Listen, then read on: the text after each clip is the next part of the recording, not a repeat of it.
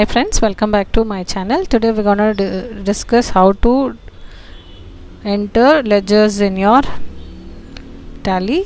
So there is a group and ledgers. We always, while practicing, you should not practice in a group, so that you will not learn anything. I always recommend to go to ledgers and create individual ledgers. That's when you will understand what is what.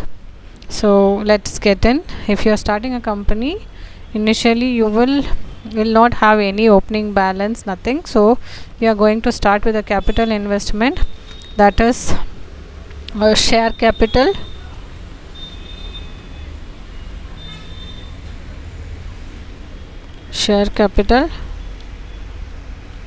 Okay, once you enter the share capital, it will ask for the list of groups. So we are going to enter under the capital account.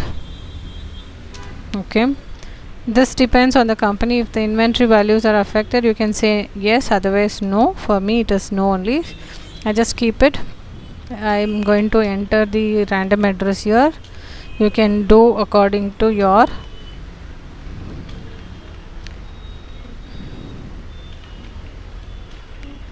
address. Okay, and you can select the state, pin code number. I'm going to enter a random PAN number, random sales tax number. Investment, you have to give what is the share capital, how much they are going to invest it in your business. So once you put that, you will get the opening balance here, and it is a CR, that is creditor. It is not a profit.